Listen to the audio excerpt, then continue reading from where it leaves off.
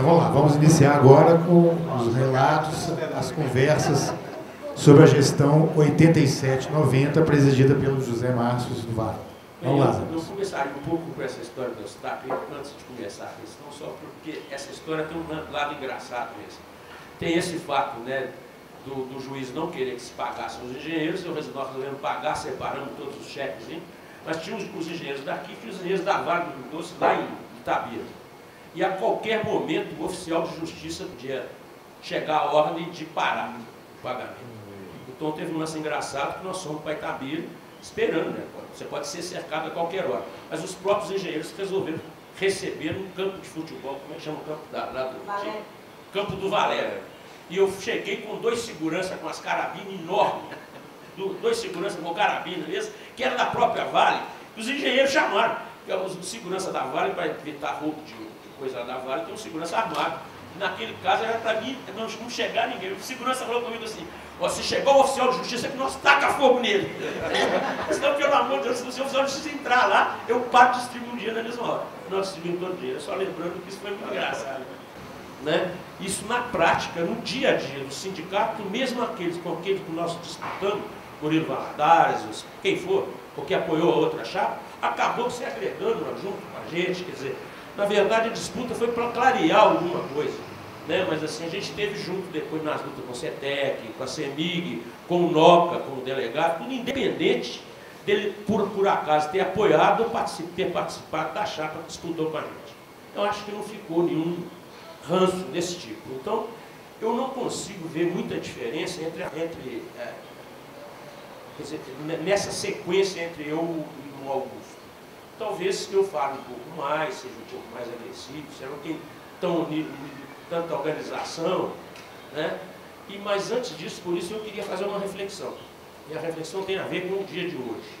Eu acho que assim eu acrescento alguma coisa. Por quê?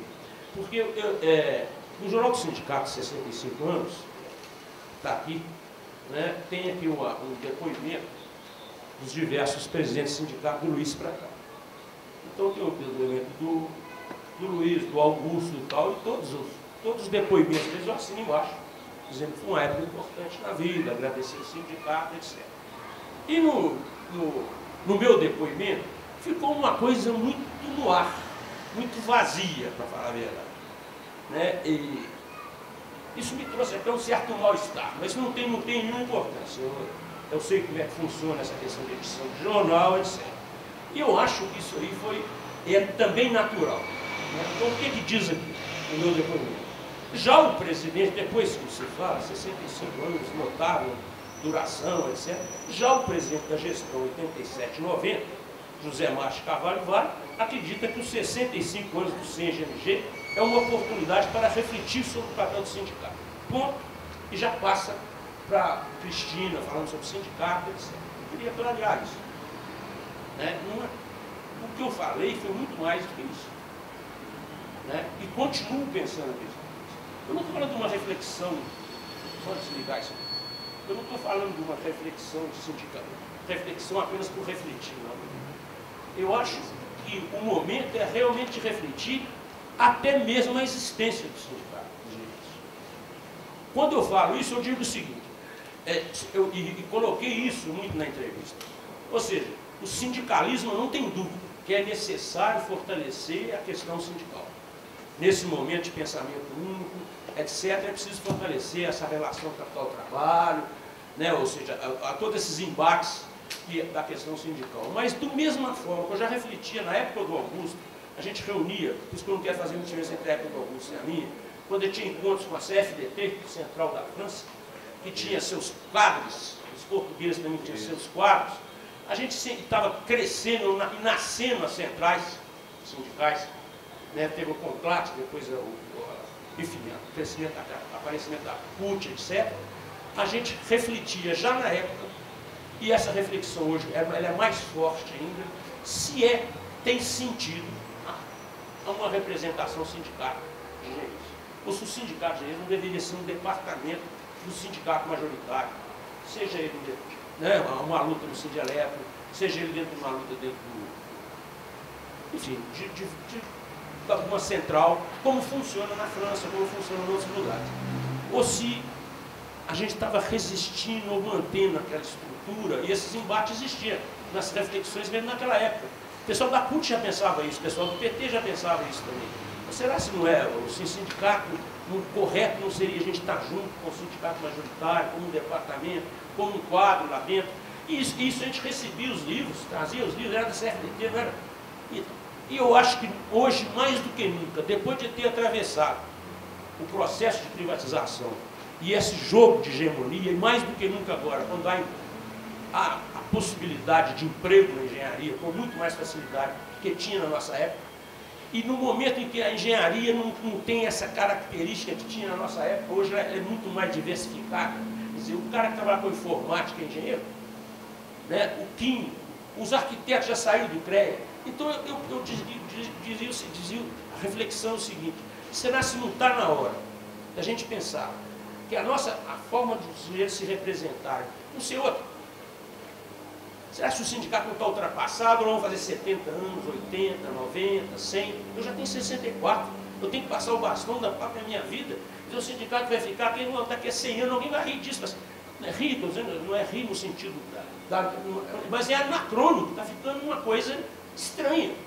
E eu acho que isso reflete em duas questões. Estou falando com toda sinceridade, no meio de amigos, fraternos. Reflete em duas questões.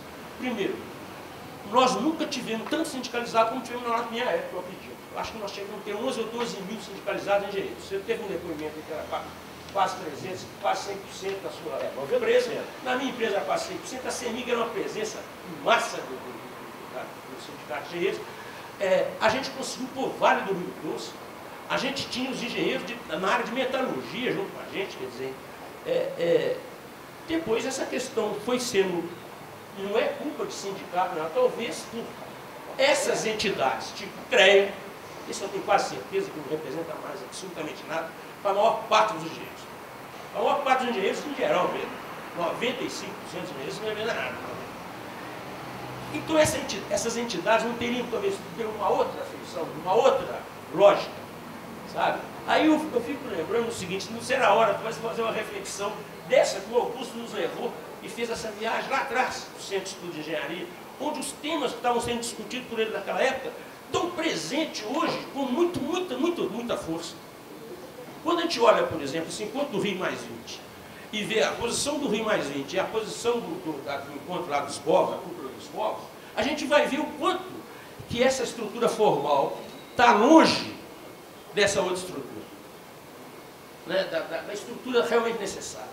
Quando você lê hoje, no dia 22, se eu não me engano, hoje, no jornal, ou no dia 22 ou 24, a humanidade ultrapassou a sua pegada ecológica. Eu estou dizendo o seguinte: ela já está gastando mais do que ela produz. E nós estamos aí. Em termos de engenharia, o que está rolando na cabeça de nós todos são questões, e aqui não vai nenhum julgamento moral, nem político partidário. Mas a gente tem que pensar o Belo Monte e a questão dos índios. A gente tem que pensar aqui, nós estávamos falando sobre água, pensar aqui o que está acontecendo com as nossas mineradoras, as campanhas de imposto para mais imposto para mineração, etc. E o que está acontecendo em Gandarela, isso nós vamos ter realmente daqui a 50 anos, água, que você falou, hoje água torneira tem água limpa aí. Exato. A gente tem que pensar um pouco o que é essa delta. Ela é engenharia, ela é uma grande firma de engenharia envolvida numa coisa estranhíssima, que perto dela parece que Cachoeirinha é pequenininho. Né? Quer dizer, a gente imaginar que a MRV está na listagem de trabalho escravo do Ministério do Trabalho, pô, gente para pensar no sindicato de engenheiros. Não estou dizendo no sindicato de engenheiros, nesse novo grupo que tem que pôr para refletir isso. Né? Ou seja, é o sindicato local para se pensar isso? Esse formato do sindicato? Ou talvez seja novas reuniões de terça-feiras, no tipo Centro de Estudo de Engenharia, quase, que vão pensar assim, qual que é o nosso compromisso com o dia de amanhã? Então a Martinha me colocou uma questão, mas depois eu tive a alegria de ver que parte dela já se rebentou. A Martinha estava muito feliz, eu também, porque lá eu me recusei até a falar lá no dia, porque era um dia festivo, né? Tive o dia de viva o sindicato, viva os 65 anos, eu estou 64, vai fazer meu aniversário, fazer em setembro. Quer dizer, eu não tenho que falar aqui para refletir isso no meio de um grupo de pessoas de muito menino, muito estudante. Que eu acho que hoje tem uma força jovem. E a Martinha chegou, parabéns, Zé Márcio. E eu lembrei ali no SUS, parabéns por quê, Martinha? Porque você vê, isso é obra sua, essa quantidade de meninos, estudante, hoje eles são mais até do que o próprio sindicato. E eu tinha ouvido um discurso na mesa, e olha, eu às vezes falo em metáfora, ninguém vai entender e colocar que eu estou falando para ninguém dar porrada em ninguém. Eu tinha ouvido na mesa de que o futuro do sindicato era aqueles meninos lá atrás. E que vocês vão nos substituir. Eu falei, só se for de assalto, meu filho, que vocês tomam isso aqui. Só se for na porrada. Porque isso aqui não se toma mais, não se consegue mais mudar. E por que eu toco nessa ferida? Porque questões, se você mexer no sindicato para trás, questões que eram levantadas por nossas reuniões, do Augusto, e nós estamos chamando de Sede Castro, etc., na área médica, na área de engenheiros, era da impossibilidade, da dificuldade da mudança. Qual era um dos esquemas para não se mudar as coisas? Um dos esquemas para se não mudar as coisas era ter uma diretorias enormes. Quem que tinha peito para ganhar a associação médica, meu filho? Para você fazer uma chapa para ganhar a associação médica, você tinha que pôr mais de 100 pessoas. Era impossível, quer dizer, tá lá você era um grupinho de estudo lá para fazer, olha, vai ter que ter um diretor lá em Uberaba, outro lá no cantão não sei de quê, aquele esquema dos cantores. Hoje o sindicato também, para se dar uma diretoria de sindicato, que se não passar pela estrutura do sindicato, a forma que nós fizemos é a mesma. É uma quantidade de gente que você montar uma estrutura dessa só estando dentro. Então, só um minutinho. Aquele diretor que ele foi criado naquela época. Depois eu vou lembrar. Outra questão, por exemplo, eu vou falar onde eu arrependi de algumas coisas. Outra questão, por exemplo, a própria CREA. Uma das questões, vocês podem pegar no Jornal do Sindicato, uma das pessoas que assustava a gente, era a quantidade de conselheiros, eram 37, e de entidades que não tinham a menor importância. E isso era uma dificuldade. Nós não conseguimos fazer a primeira eleição para presidente, porque eles impuseram, para dificultar mais ainda, fazer uma chapa inteira, o que nos trouxe diversas dificuldades. Parte deles tinha que ser do conselho, etc. Qual não é a minha surpresa que esse diabo desse CREA tem mais de 90 conselheiros, é maior do que a Assembleia Legislativa. É maior do que a Assembleia. E está só crescendo, e com entidades que hoje não representam absolutamente nada.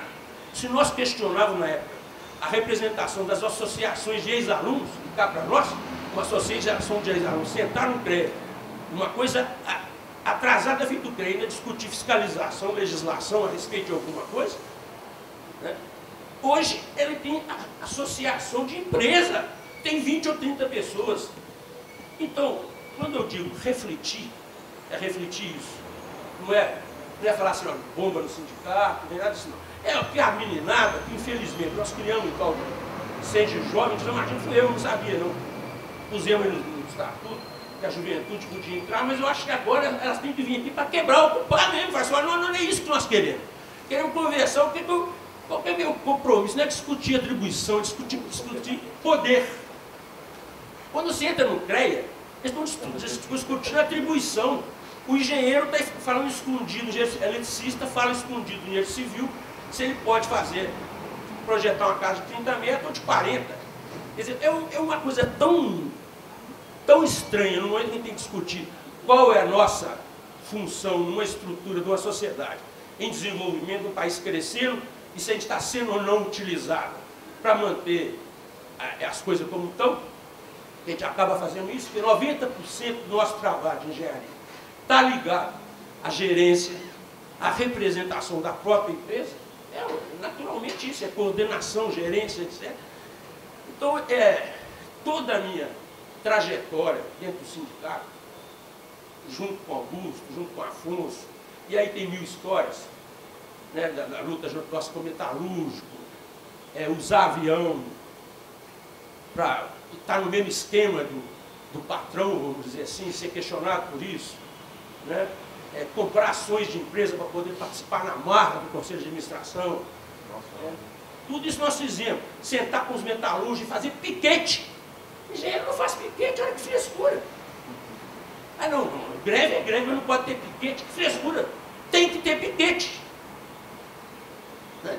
Então, tem que ter piquete, você não vai entrar, o metalúrgico é isso. Ele quer o piquete. Então o sindicato participou da primeira e única greve, depois de 63, do massacre, em Patinga. E eu vi isso. Eu vi os engenheiros colocados lá na frente, olhando para a gente assim, ó, querendo marcar o nome do metalúrgico, quem estivesse fazendo greve. Bem, mas eu acho que tudo isso tem ou no jornal do sindicato, ou no depoimento das pessoas, ou até na minha forma de falar. Desculpa, eu estou mesmo. O que me emociona mesmo é o seguinte: quando eu vi aquela meninada, vou voltar mais. Eu vi aquela meninada, eu falei assim, gente, eu espero que esse pessoal tome de assalto isso aqui. Por isso que eu estou insistindo no refletir. Que essa turma que esteja aqui fala assim, ó, vamos parar de discutir essa questão e vamos ver o que, afinal de contas, o que é engenharia, onde é que nós vamos, para onde nós, o que nós estamos querendo, que país que a gente quer, né? Como é que a gente vai fortalecer a luta dos outros. E eu falo isso com mais detalhe. O grupo que mais impediu, eu vi isso na Dinamarca, nos países nórdicos, onde há uma, vamos dizer assim, uma distribuição de renda melhor, poucas diferenças, etc. Um dos grupos que dificultaram essa transição foram exatamente os grupos da nossa área. Por quê? Porque eles raciocinam sobre eficiência, raciocinam sobre meritocracia, e se já isso foi importante numa determinada época, hoje não é. É tão estranho falar em salário mínimo 8,5 salário mínimo, né, como não encarar de frente que o salário mínimo nosso é muito pequeno, nós temos que ferver para aumentar o salário mínimo, ter um salário decente para todo mundo. É tão estranho hoje falar isso como, e fugir dessa outra luta. É isso que eu estou querendo dizer. Os engenheiros lá trouxeram, os quadros lá trouxeram essa dificuldade. Porque é natural, é igualzinho a pessoa fala assim, eu sou professora, eu ganho igual empregadinho. E conversa mais fora do tempo no século XXI. Eu quero saber por que existe empregado doméstico, e por que ela ganha tão pouco, e por que ela pode ser explorada desse jeito. Não é escamotear isso. Quando a gente fala assim, mas eu vou aposentar, manter com o salário mínimo, gente, é tudo absurdo. É realmente um absurdo. Essa indexação impede qualquer possibilidade, tem que encarar isso, de um país crescer.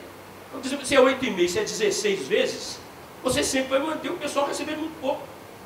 Ou seja, uma série de coisas que de forma errada, eu não estou dizendo que o neoliberal jogou na mesa, encarando de outra forma, e nem estou dizendo para não lutar pelo salário mínimo, mas o que eu quero dizer é o seguinte, todas as lutas, essa é a minha sensação. Eu vou voltar ao Darcy Ribeiro, que já foi capa desse jornal. Vamos colocar como capa desse jornal.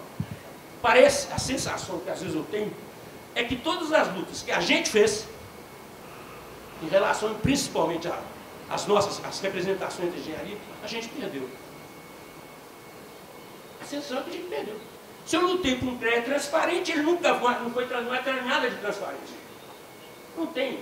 Por mais que alguns tenham feito esforço, por isso que eu falo quando eu falo na metáfora da desconstrução, é porque a máquina engole. Não é por causa do que é o trem azul, não. Porque existe uma tendência na gente a ficar tudo bem. Quantas vezes nós em congresso de engenheiro falamos, vamos acabar com mútua, com CREA, com FEA. Votamos isso por unanimidade. E acabamos ficando com o mesmo besterol, o mesmo gigante. Se você pegar a capa nossa do jornal do sindicato, vai falar daquele gigante, daquele prédio estranho, que representa o quê? Para 60, 70 mil profissionais. Nada. Absolutamente nada. Aparentemente representa alguma coisa. E me assusta quando eu falava que eu quero que seja jovem. É que existe, foi criado. Então foi uma péssima criação. Se é que ele tem a mesma semelhança do que teve um tal de CREA jovem. Porque o dia que eu deixei de frequentar o CREA e o Sindicato de Engenheiros, estou falando isso com pureza de coração, acho que eu falei com o Romulo um dia, foi no dia que eu cheguei no Conselho Nacional de Engenharia. Vi uma meninada nova do 3º ano de engenharia, 4º ano de engenharia. Um pessoal que devia estar pegando, está chegando o Elias, está pegando para dizer assim, sai velharia. Sai daí que isso aí é nosso, nós vamos pensar uma outra forma, sentir aquilo que nós sentimos. Eu vi cara lá assim, menininha assim, levantando, assim, conforme a 5.194/66, citando atribuição de coisa de sindicato, de regra do conselho, e até hoje deve estar escrito lá que para fazer uma bola de mascar, tem que ter um profissional engenheiro responsável por gominha de mascar. Para fazer cerveja, eu respondi até em cordel. Então, esse momento, para mim, eu não quero lembrar de muitas coisas, não. Eu acho que o Augusto, a diretoria sabe de praticamente tudo, né? O que a gente fez. Eu nunca fiz nada isolado. Fui, às vezes, agressivo demais, pedi desculpas às pessoas, às vezes, o Afonso machuquei no momento, porque era o meu jeito de ser, né? O Ron já teve grandes confusão, o Augusto me acalmava, etc. Mas eu acho que há uma coisa que sobra para mim é o seguinte, do meu tempo. Primeiro, que a nossa diretoria tinha uma característica curiosa. Apesar de ter disputado, ela era aberta da turma que disputou com a gente. Segundo, a gente conseguiu fazer uma articulação muito grande com os sindicatos majoritários. Coisa que eu não vejo mais, não estou aqui questionando nada. E com o pé de fábrica, porque é um negócio muito forte. A mesma força que se tiver naquela região, você fazer com o pé de fábrica é alguma coisa bem mais delicada, né? Ser respeitado, inclusive, por esse pessoal, que na época era turma pesada, convergência socialista, outra coisa desse tipo. A outra questão é que a gente tinha um método interessante, nós não abrimos mão das nossas terças-feiras, acho que era na mesma data. E, se eu não me engano, não, a gente fazia era assim, uma hora eu presidia, o outro secretariava. Quando eu girava a presidência mudava toda semana, na verdade. Eu era presidente, eu secretariava. Semana que vem o Flávio era presidente, ele secretariava. E a gente abria assim as reuniões e assim a gente trabalhou. E a gente nunca abriu mão de poesia, de literatura, de música, de psicanálise. E a gente abria no jornal, abria a primeira página do jornal. Pega o jornal antigo que vocês vão ver. Né? Discussão com os músicos de Belo Horizonte, qual o papel do músico em relação aos movimentos sociais. Enfim, eu diria, né, em cima desse depoimento, foi um tempo muito agradável na minha vida. Assim. Ter sido presidente do sindicato de engenheiros, eu me orgulho disso. Foi um tempo muito agradável. Conheci pessoas fantásticas. Tive experiências absolutamente indescritíveis. Né? Você paralisar uma fábrica à meia-noite é alguma coisa que te dá uma emoção fora do comum, dá uma sensação muito perigosa. Né? Porque é uma sensação quase que de poder. Você parar uma fábrica inteira, né? Com polícia do lado, de frente, é um negócio meio assim, fora. Senti várias traições, eu errei muitas vezes, equivocamos muitas vezes. Eu estou lembrando aqui, o Augusto colocou essa questão do Bucinge. Para mim, que foi um grande equívoco, da nossa parte. Nós acreditamos na possibilidade que aquelas pessoas, Bucinge, Rachitu, Goldman, era esse grupo, criado à sombra do Franco Montoro, criaram um negócio chamado Administração de Empresas Públicas, ADEP. E nós acreditamos nisso, na vontade de conseguir alguma coisa, de abrir a negociação com a Copasa, de abrir a negociação com as famílias, de discutir a forma ou não de privatização das empresas, que mesmo que se privatizasse, fosse de forma transparente, nós levamos uma grande rasteira.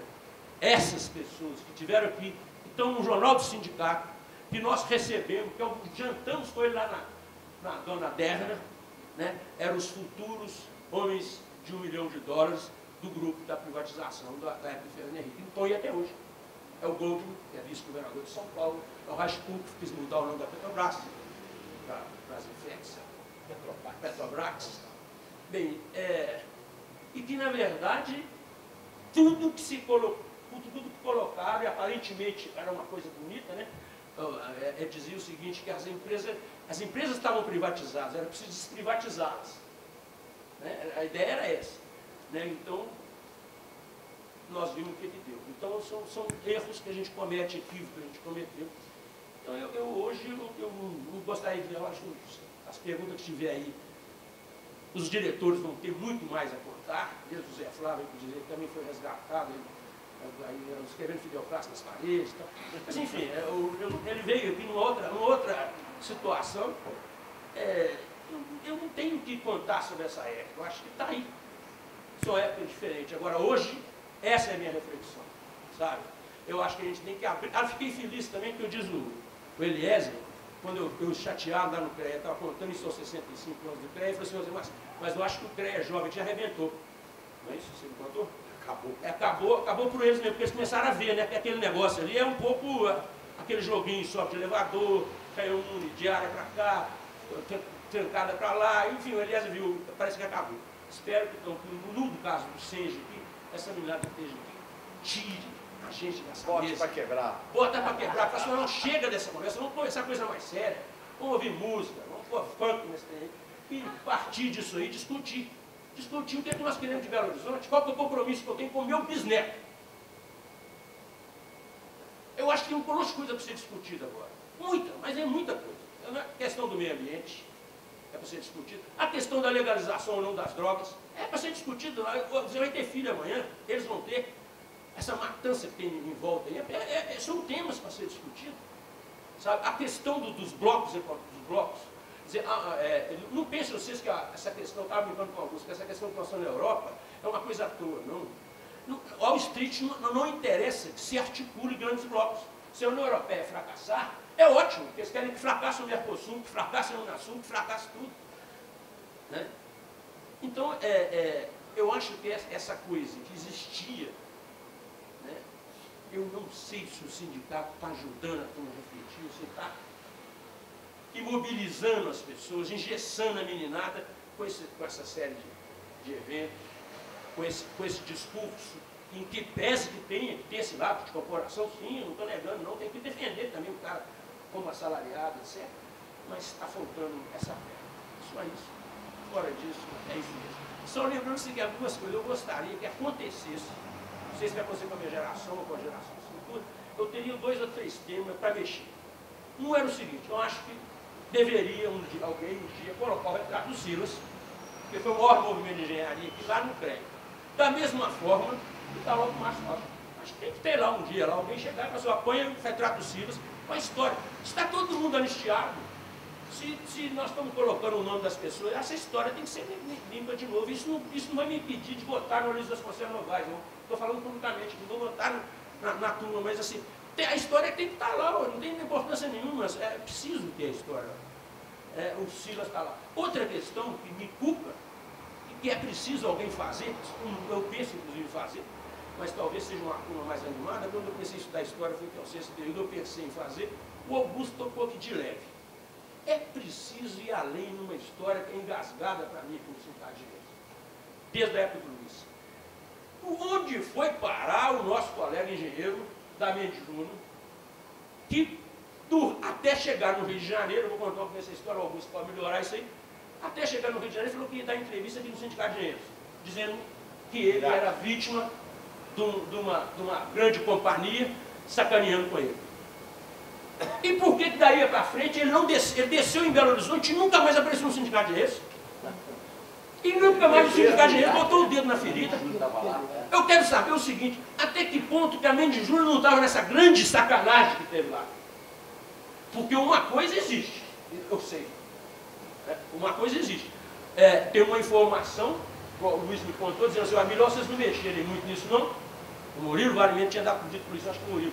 Não mexe muito nisso não, porque vai dar problema para o menino lá. Sabe? Ou seja, como é que, isso é importante a turma de jovens saber, como é que é colocado uma pessoa recém-formada num país em guerra, né? E esse cara que mal sabia falar inglês, muito menos árabe, é responsabilizado, o sujeito inclusive quase morto, ser morto lá, né? Ele ia ser morto lá, responsável por um contrabando de petróleo no meio da guerra. E o zum é que o grande contrabandista no meio da guerra era um cara realmente ligado à direção da Mendes Júnior, que era um cara de Angola. E isso sumiu, essa história. Eu acho que, independente das relações de trabalho que a gente tem, é hora de discutir esse papel desse tipo dessas empresas, porque isso não se repita mais, só isso. Falei demais. Obrigado, Zé Márcio. Zé, eu assumo o compromisso com você de esclarecer essa história do engenheiro que virou engenheiro do Iraque, porque meu filho é casado com a filha do ex-presidente da Mendes Júnior. Agora, só não pode contar. Vou sentar com ele um dia, depois que já tiver tomado uns goles, falar com ele assim, agora me conta aquela história direitinho. Aí eu vou ficar especulando. Obrigado, Zé Márcio. O formato nosso não é de debate, não, mas eu acho importante só esclarecer algumas coisas, né? Eu acho que essa questão que você falou a respeito da existência, vamos dizer assim, do sindicato de engenheiros, é uma questão que deve ser discutida. Ela ainda está latente, ela ainda está mal resolvida em termos de centrais, em termos de sindicatos majoritários. Eu diria que, em termos de sindicatos majoritários, temos nos deparado, em muitos dos casos, né, não são todos, é claro, com um perfil, vamos dizer assim, um tanto quanto diferenciado de tudo aquilo que representa, que vocês estão trazendo para a gente. Isso tem dificultado a relação. Tem dificultado a relação porque a gente encontra, né, objetivos diferenciados, objetivos muito distantes daquilo que a gente acredita, mesmo que seja uma questão, como você mencionou, não falou dessa forma, mas mesmo que a gente esteja no momento, numa visão mais limitada, tem gente que é mais limitada ainda, infelizmente. Em relação ao Senge Jovem, né, é um movimento que, e aí eu falo com a maior tranquilidade, ele nasceu para ser diferente do CREA Júnior. Não guarda nenhuma semelhança com o CREA Júnior, e isso é falado nas reuniões. A questão é de formação política mesmo. A gente tem que trabalhar nisso, né? Se isso vai lá na frente resultar em algum fruto ou não, é uma coisa que não depende, né? Mas o objetivo principal é formação política, né? Logicamente que, eventualmente, tem um evento como aquele, tem uma visita técnica, mas as pautas de nossas reuniões são discussões mais ou menos em cima dos temas mais importantes para a sociedade de hoje e do futuro. Só para deixar isso bem claro, né? Bom, tem alguns tópicos aqui que a imprensa selecionou para a gente, mas eu não vou colocar nenhuma, vamos dizer assim, nenhuma camisa de força em ninguém, não. Eu gostaria que os diretores da gestão 8790, que eventualmente o Afonso já falou que gostaria de falar alguma coisa sobre a CEMIG, né? Eu também estava lá, viu, Afonso? Na greve de 21 dias. E, eventualmente, alguém pudesse mais fazer algum comentário. Tem aqui a questão da Usimec, foi falado. Tem aqui a questão da consultoria, se alguém puder, né, contar alguma coisa a respeito disso. Da Delegacia Regional do Vale do Aço também. O microfone fica aberto, fica à disposição dos senhores para nos oferecer esse relato. Você quer começar com a questão da CEMIG? A primeira coisa é o seguinte, tá falando? O importante, pelo que eu vi do Senge, desde que eu entrei como delegado sindical, é que justamente o compromisso, e encontrei pessoas maravilhosas lá de caráter, pessoal firme, com questões políticas, que nós sabíamos o nosso papel, que nós não éramos o sindicato majoritário, mas que nós estávamos contribuindo ali para estruturá-los. Todos os movimentos progressistas nós apoiávamos, e o fato de eu ser o homem do dinheiro, né, que sempre fui o diretor financeiro, se liberava, porque sem dinheiro não se faz nada, né, gente? Então, todos os movimentos que nós tínhamos progressistas, nós apoiávamos e dava contribuição para organizar esses movimentos, sabendo que esses movimentos, que eram os movimentos de massa, e que o nosso papel era o papel realmente da reivindicação salarial também, da questão da tecnologia, da engenharia e tal, mas principalmente do nosso papel político.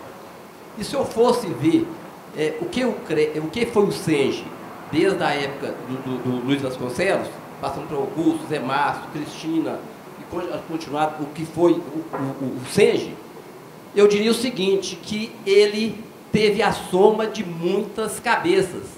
Quer dizer, são muitas pessoas que somavam e todo mundo convergia muito.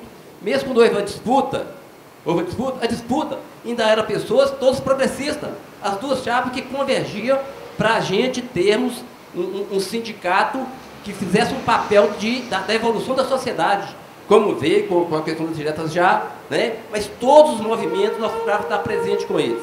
Agora, eu vou só citar rapidamente que teve fatos fundamentais nessa participação. Por exemplo, como na CEMIG, eu estava mais na CEMIG, mas participei de várias greves, como foi na Sominas, fui em várias, mas na CEMIG nós tivemos papéis assim pesadíssimos, pesadíssimos, que os movimentos ficaram muito pesados, e nós fazíamos reuniões com 300 engenheiros na Sominas, e mais, gente, e passava aperto. Eu vou contar um fato, nós fizemos reunião com 300 engenheiros lá, a chefia baixou toda e tal, para tentar segurar um movimento tão pesado. E acertamos algumas articulações de avanço do movimento, mas para se solucionar. Tá bom, terminando a reunião, quando nós chegamos na porta da CEMIG, a notícia tinha dado que havia um acordo, né, dos engenheiros. Então, quer dizer, tudo aquilo que nós fizemos rebentou. Aí foi chefe virar a cara para o sindicato, ficar puto com a gente, sendo que nós estávamos em um movimento junto.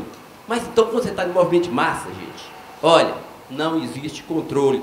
Por isso não se pode perder liderança, né, Zé? Se perder liderança no movimento de massa, igual virou do movimento da CEMIG, era complicado. Agora, é certo o seguinte, que todo sindicato majoritário respeitava demais a gente, né, Romulo? Então, nossa palavra com eles, as nossas reuniões conjuntas, nós éramos fundamentais nas decisões, desde a aprovação de assembleia, o que fosse. E eles respeitavam, e eles sempre respeitaram a posição do sindicato de engenheiros. Mas, na verdade, eu passei 8 anos na diretoria, participando, desde o delegado sindical com o Augusto, diretor financeiro com o Zé Márcio, com a Cristina, e participando dessas organizações, sinto o seguinte, que me orgulho de ter participado desse grupo e me orgulho de todo esse grupo, porque tinha uma luta com a finalidade do avanço da sociedade brasileira, da política do Brasil, e nós entendemos que o Zé aqui, vocês veem, começa a enxergar lá na frente, mais luta. Então, mais luta para vocês. Vamos abrir lutas novas, que é um orgulho esse sindicato a partir da gestão do Luiz Vasconcelos.